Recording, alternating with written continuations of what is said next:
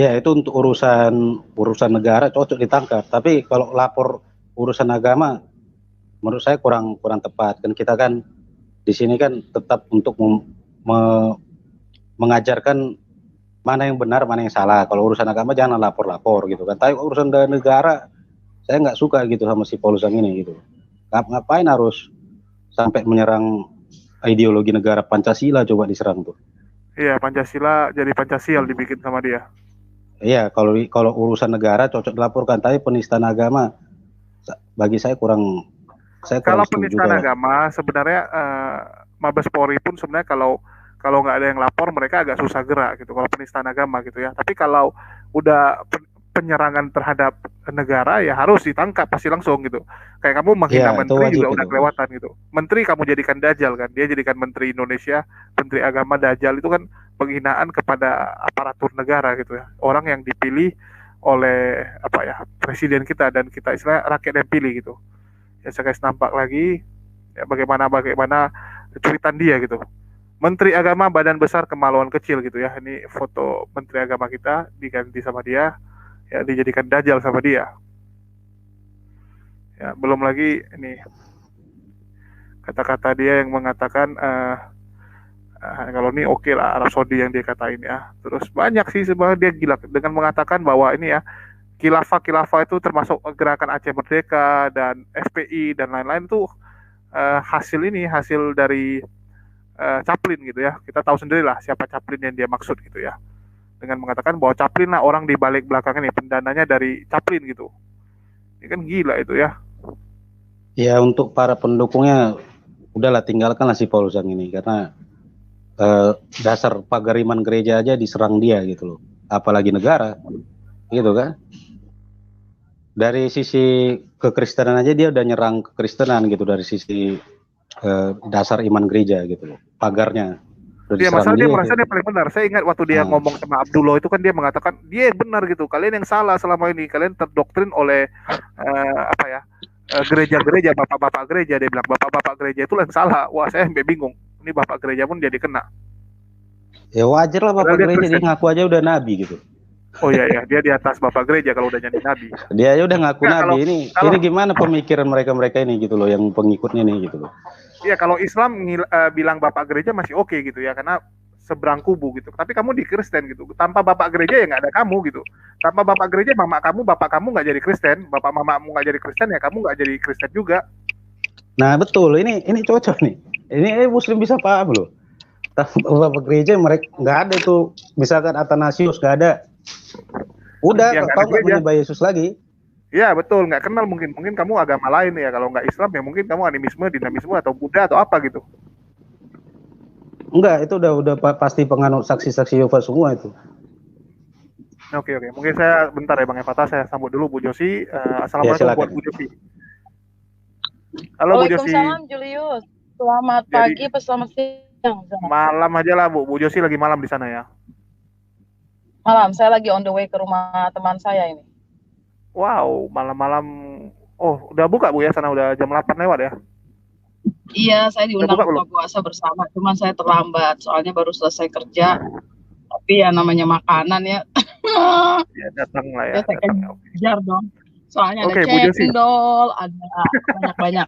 Oke, mungkin saya langsung nih Bu Josi. Bu Josi kan tahu juga ya Paul Jong nih ya. Oh, si Jong. Kenapa dengan Iya.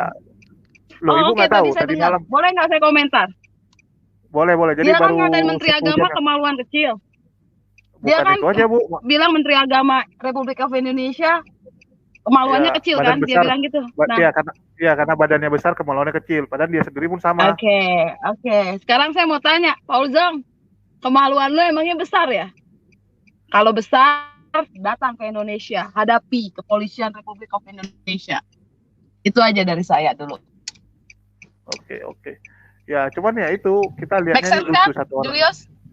Make sense sih. Kalau memang ada kemaluan ya hadapi gitu. Ngapain ngumpet-ngumpet di Jerman gitu kan? Gunakan negara lain jadi tameng kamu gitu. Terus Julius ini bukan hanya dia menistakan agama Islam ya. Dia juga menghasut antar umat beragama di Indonesia. Ini kalau di grassroots bisa kolaps, adanya kerusuhan secara horizontal, ini bahaya sekali untuk Indonesia. Itu yang pertama. Terus yang kedua, dia dengan terang-terangan mendukung gerakan separatis yang memberontak kepada pemerintah Republik Indonesia yang berdaulat dan sah secara hukum. Ya. Oke, saya mau jelaskan di sini. Ya, Papua itu adalah wilayah kedaulatan Republik Indonesia. Sejengkal tanah Papua tidak boleh lepas dari bumi Ibu Pertiwi. Itu yang pertama. Gugurnya para prajurit TNI Angkatan Darat, kepolisian yang bertugas di sana itu merupakan pahlawan buat bangsa Indonesia dan kerugian yang tak terhingga nilainya buat rakyat Indonesia. Kenapa? Karena mereka itu dididik dan dilatih oleh uang pajak rakyat. Jadi kalau ada, halo? ini ada siapa nih kok suara di sini? Enggak, silakan lanjut, Bu. Oke. Mantul ya suara saya ya? Enggak, di kita Jadi jelas kalau kok. ada pendukung Fauzan hanya karena sama-sama seiman, tolong berpikir dengan jernih dan buka pintu hati Anda. Lihat dompet Anda, lihat akte kelahiran Anda. Dompet Anda itu, di dalam itu KTP itu Anda warga negara apa? Ya, lihat paspor Anda. Apakah ada Garuda Pancasila, Garuda, lambang Garuda di situ, ya?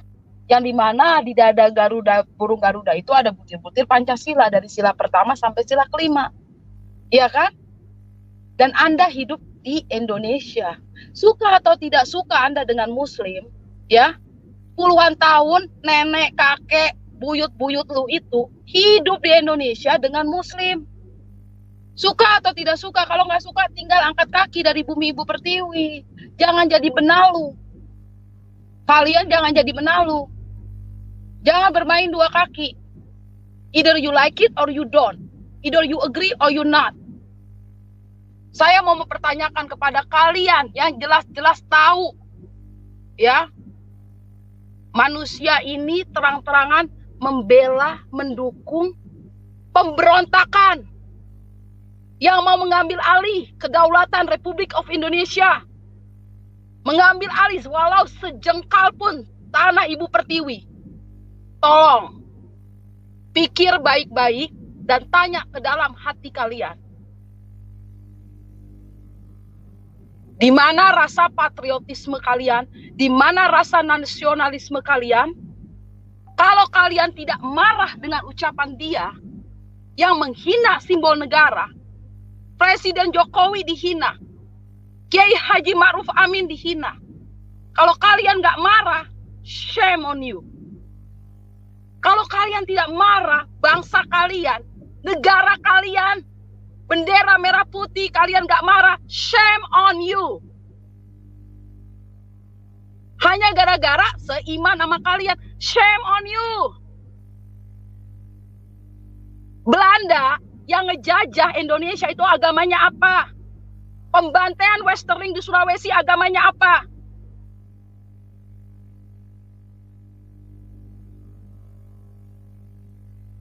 Tolong ingat itu. VOC berdagang, ya, that's right. Pada mulanya berdagang, tapi mengadu domba antar kerajaan dengan kerajaan, lalu menguasai. Dan akhirnya menjajah. Itu sudah menjadi pada tahun tersebut, kita harus balik lagi ke sejarah. Jangan mau dibengkokkan oleh sejarah.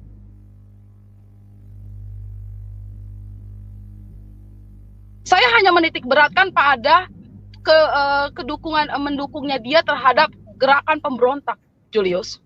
Iya. Saya mau menitik beratkan, saya mau mempertanyakan kepada saudara sebangsa saya yang beragama Kristen, di mana rasa nasionalisme kalian?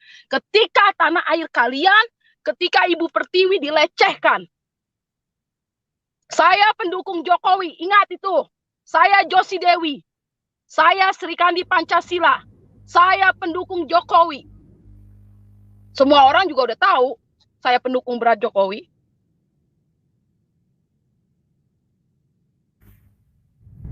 Pak Jokowi itu Presiden Republik of Indonesia. Terlepas dari ketidaksukaan beberapa orang di Indonesia terhadap Pak Jokowi, mari kita sama-sama, ini simbol negara.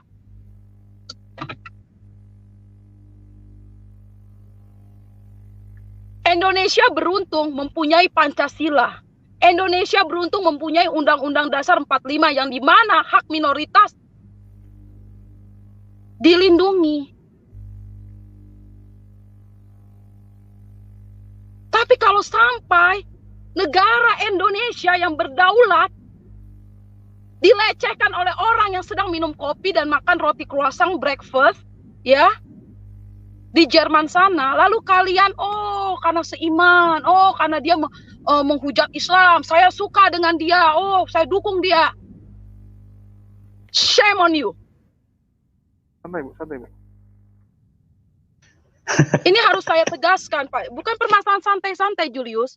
Ya, ngerti. Ya, tapi maksudnya ini ya, harus ditegaskan kepada semua anak bangsa ini di sini. Mari bergandengan tangan. Kalau ada penjajah datang, ada invasi dari negara lain, saya pengen tahu apakah kalian akan stand up untuk bendera merah putih. Ingat ya, prajurit-prajurit yang gugur tersebut mempunyai anak dan istri, mempunyai orang tua. Mereka di pedalaman Papua bukan joget-joget, men. Bukan joget dangdutan. Bukan leha-leha. Mereka mempertaruhkan nyawa demi sejengkal. Apa itu sejengkal tanah? Kedaulatan Republik of Indonesia. Lanjut, saya izin menyimak lagi. Kau beranak cucu di sini, mencari uang di sini, berkehidupan di Indonesia ini, kau harus tetap tunduk pada aturan negara ini, tunduk pada pemerintah, bukan jadi ikut-ikutan sama si Paul Zhang gitu. Dia itu udah warga negara Jerman, jangan mau dia hasut seperti itu. Iya. Nah, dia ada apa-apa dia gampang lari gitu, duitnya banyak dan dia dilindungi oleh beberapa organisasi di luar gitu. Sedangkan yang ngikut-ngikut dia ini yang kasihan gitu, jadi benar-benar yang pion paling rendah gitu. Ya, organisasi yang mendukung dia itu pun saya nggak tahu urusan agama atau politik juga kan, kita nggak tahu. Kan politik, agama itu selalu dinumpang sama politik. Nggak ada agama berdiri tanpa politik. Apa dia pengen menghancurkan kesatuan kita gitu kan? Gini, saya cuma mau menyampaikan kepada teman-teman Muslim, jangan menyamakan semua Kristen seperti itu. Tadi ada sepihak dari teman Muslim mengatakan, walaupun konteksnya mungkin viewers-nya, cuma kan mereka itu mungkin cuma melihat dari sisi agama, nggak melihat dari sisi apa yang dilawan sama si Paul Zhang. Yang dilawan itu bukan cuma Islam gitu loh. Yang dilawan itu NKRI gitu. Nah, banyak para pengikut si Paul Zhang ini nggak paham gitu. Pak, kalau boleh saya bicara, Pak. Pak, kalau saya boleh bicara kepada Bapak yang tadi bicara, terima kasih, Pak. Terima kasih untuk masih mempunyai rasa nasionalisme dan patriotisme, Pak. Terima kasih. I really appreciate it. Harusnya lebih banyak lagi orang-orang seperti Bapak di luar sana. Terima kasih. Ini saya tulus dari hati saya paling dalam. Ya, Assalamualaikum warahmatullahi wabarakatuh. Selamat siang semuanya. Ya, saya juga agak kaget juga ya, karena kalau saya lihat dari YouTube-nya saudara Paul Zhang, bahkan didukung oleh seorang jenderal ya, yang mana saya jenderal itu saya kenal, mantan jenderal itu saya kenal, karena satu liting sama abang saya, Akabri 78. Saya bisa sebut NRP dia pun juga saya bisa sebut, kepala 28 ya, dia punya NRP. Saya kemarin sempat mau masuk, tapi dihalangin sama Paul Zhang ya di Zoom itu. Karena saya mau sekak itu jenderal gitu loh. Arti kata, oke, yang lainnya saya amini. Tapi kenapa Anda tuh, tadinya saya mau bicara, kenapa Anda justru mendukung channel saudara Paul Zhang yang berafiliasi dengan OPM? Itu tadi saya mau bicara. Tapi sayang, saya disekak terus di mute gitu loh, karena saya mau bongkar gitu loh. Disinilah harus kita lihat ya, mana yang nasionalisme, mana hanya sekedar standar ganda di standar ganda kebencian Kiannya aja. gitu loh. Jadi mohon maaf ya Jenderal Tobing ya, Anda saya katakan Jenderal Kardus saya bilang. Saya tahu pangkat Anda Brigjen terakhir, paham, saya tahu Anda dari Arhanud Korps Anda. Berdebatlah saya bilang. Kalau Anda main data, yang lainnya masalah terorisme saya amini. Iya, oke. Kita sama-sama mendukung bagaimana negara ini jangan sampai ada terorisme. Tapi Anda justru mendukung bagaimana negara ini berpisah. Ini yang saya kecewa sama seorang jenderal ya. Jenderal Kardus loh ya. Jadi saya katakan lagi, ini kalau bisa diusut seorang purnawirawan jenderal yang mendukung channel-channel provokator di dalam negara kita. Kita harus gemakan juga nih. Yang lainnya mungkin saya amini ya, arti kata analisa beliau saya amini, karena saya juga paham gitu loh. Walaupun dia lebih hebat lagi, tapi kenapa beliau mendukung, tidak mengkritisi Saudara Paul Jang, bagaimana dia membuat provokator di dalam negeri gitu loh. Ini yang saya kecewa berat terhadap seorang jenderal. Apa karena satu iman? Mana rasa nasionalismenya sebagai mantan tentara? Saya sangat kecewa berat gitu loh, Saudara Julius. Karena saya paham betul gitu loh. Rating beliau, mantan BIN, Pak Marsiano Norman, mantan Danjen Kopassus Pak Sunarko MD, mantan Kasat Pak Budiman, itu rating Pak Tobing itu. Saya bisa tahu itu karena apa? Karena abang saya itu rating beliau lah, maka saya paham. Kemarin saya mau bicara di Zoom-nya Saudara Paul Jang, tapi karena saya di mute nggak bisa saya bicara gitu loh. Saya sangat kecewa banget gitu loh. Analisa Pak Jenderal itu mendukung ya. Ini harus kita kritisi gitu loh. Sebagai warga negara yang baik ya, apapun agamanya, kalau kita mencintai di negara, marilah kita dukung gitu loh. Jangan sampai mendukung provokator-provokator dari luar yang ingin menghancurkan bangsa ini gitu loh. Kan selama ini narasumbernya Jenderal Tobing itu. Ya, kan Tobing. Iya. Beliau terakhir Brigadir Jenderal. Yang ini harus kita galakkan gitu supaya beliau juga bisa dipertanggungjawabkan gitu loh. Kenapa tidak bisa mengkritisi channel Paul Jang gitu untuk janganlah menghasut, membuat kegaduhan di akar rumput gitu loh. Itu yang saya kecewa berat. Saya hormat sama Pak Jenderal, tapi dengan cara begini saya tidak akan pernah hormat gitu loh. Semua sudah dibahas dari sisi Paul Zhang. Saya sih malah lebih tertarik membahas basic ya. Artinya apa ya? Coba kita lihat channel-channel dari saudara kita Kristen ya. Selalu narasi-narasi pelencengan sejarah ini benar-benar terskema, masif dilakukan. Jadi semalam saya mungkin Aditya udah nggak ada. Semalam itu saya debat di Papel 88 ya. Saya serahkan bukti mereka mengatakan Arab itu bangsat, Arab itu biadab, nggak ada kontribusinya sama sekali dalam kemerdekaan Indonesia. Ya, penjajah Islam dikatakan penjajah di Indonesia. Nah, saya khawatir sebenarnya. Secara insting saya khawatir. Ini apakah ini terpola gitu? Ini terpola dan ini adalah sebuah konspirasi di belakang ini untuk pelencengan sebuah sejarah, pembolokan sebuah sejarah. Karena apa? Suatu bangsa akan kehilangan jati diri itu bukan dari manusianya, tapi dari menghilangkan sejarah, akar sejarah itu sendiri. Ada skema-skema yang memang seperti terurutkan gitu loh. Ketika zaman Majapahit runtuh katanya dari Kesultanan Demak dan budaya Islam membuat Majapahit runtuh ya.